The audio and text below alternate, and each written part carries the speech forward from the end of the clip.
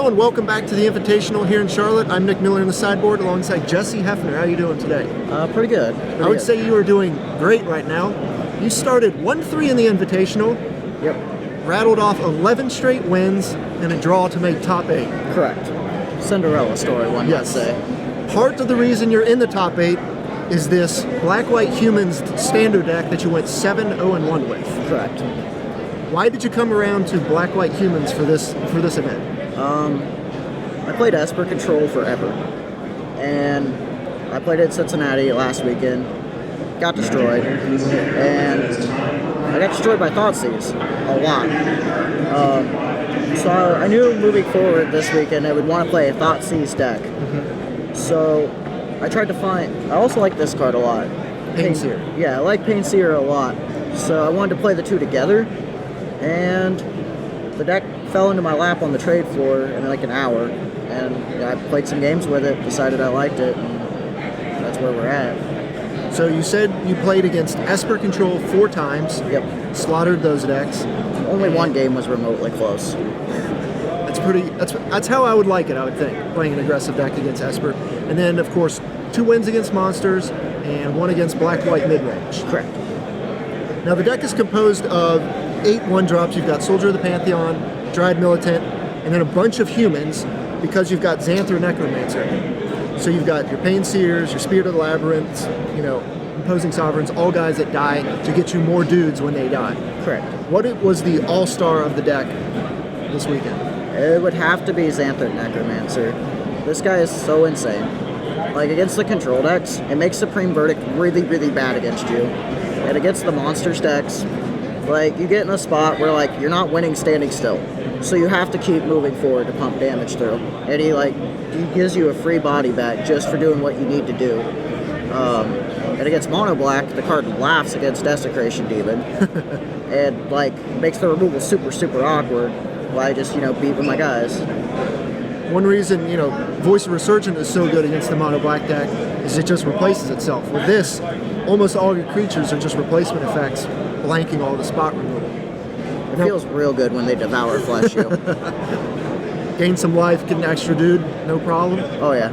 Painseer was a card that got some attention right off the gate, but Wizards has just been making so many of these Dark Confidant sort of replacements, but none of them have lived up to the hype.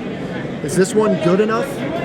It's no Dark Confidant, but it's about as fixed Dark Confidant as we're ever going to see in Standard. Go ahead. Go ahead. You've got the removal suite to back it up, so not only are you getting aggressive, but you've got Orzhov Charm, Ultimate Price to clear the way for it as well. Yeah.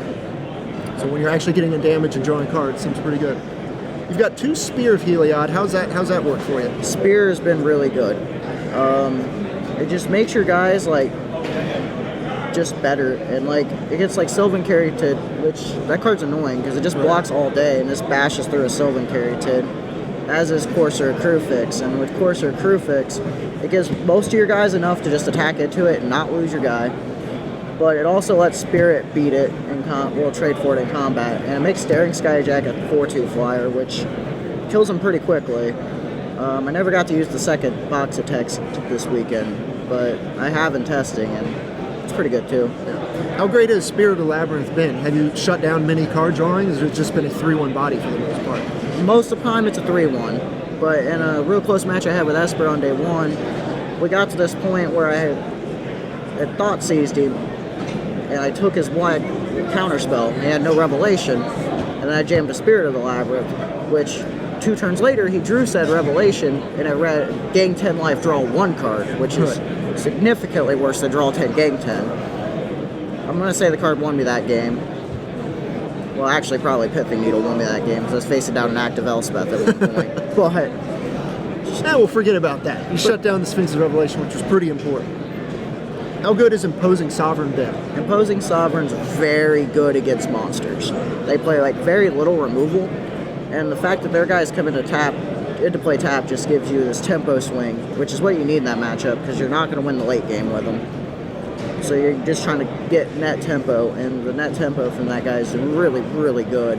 He's also not bad against Mono Black because Pack Rat comes into play tap, which makes him a lot lot more manageable to deal with. Right. All of their tokens coming into play tapped. Yeah, and against Black-White mid-range today, it made his Blood Baron come into play tapped, which let me get an extra swing in before we played the whole how many guys are at the suicide into Blood Baron game, which ended up mattering and winning me the match. Let's take a look at the sideboard. You have a whole suite of cards to fight Esper. You've got Duress, Sin Collector, Pithing Needle, Glare of Heresy, all staples. What are you mostly taking out against the Esper decks for all those cards? Against Esper, we cut our Orzhov Charms, our Ultimate Price, our Banisher Priest, and one opposing Sovereign, and we bring in this suite here. Just a ton of cards. Right. Because all these cards just really do nothing, and you have to cut one last card, and opposing Sovereign's just the weakest link. And of course, you've got some Doom Blades to fight monsters. Maybe some Mono Blue. Yeah. And then Dark Betrayals, deal with Mono Black, obviously, and Revoke Existence just for. It hits Erebos, God of the Dead, and Underworld Connections if they leave it in. They sometimes bring in Whip of Erebos, which is near impossible to beat. It's really just for black and black-white. Okay. So after Legacy, the 4 rounds of Legacy, day 1, you're 1-3. What's going through your head as you're shuffling this deck up for round 5? To be honest with you, I wasn't 100% confident in it. But I'm I need a miracle here, deck. I need something, and I play Esper a bunch of times, and I got to play Esper a bunch of times, and looks like it did what you needed to do. it did exactly what I needed to do. Well, you're in the top 8 of the Invitational tomorrow, playing Rug Delver and Legacy. Yep. I hope the deck gives you as much success as this gave you in Standard. So, for Jessy Hefner, I'm Nick Miller here in the sideboard at SCG Invitational in Charlotte. Stay tuned tomorrow for all the action.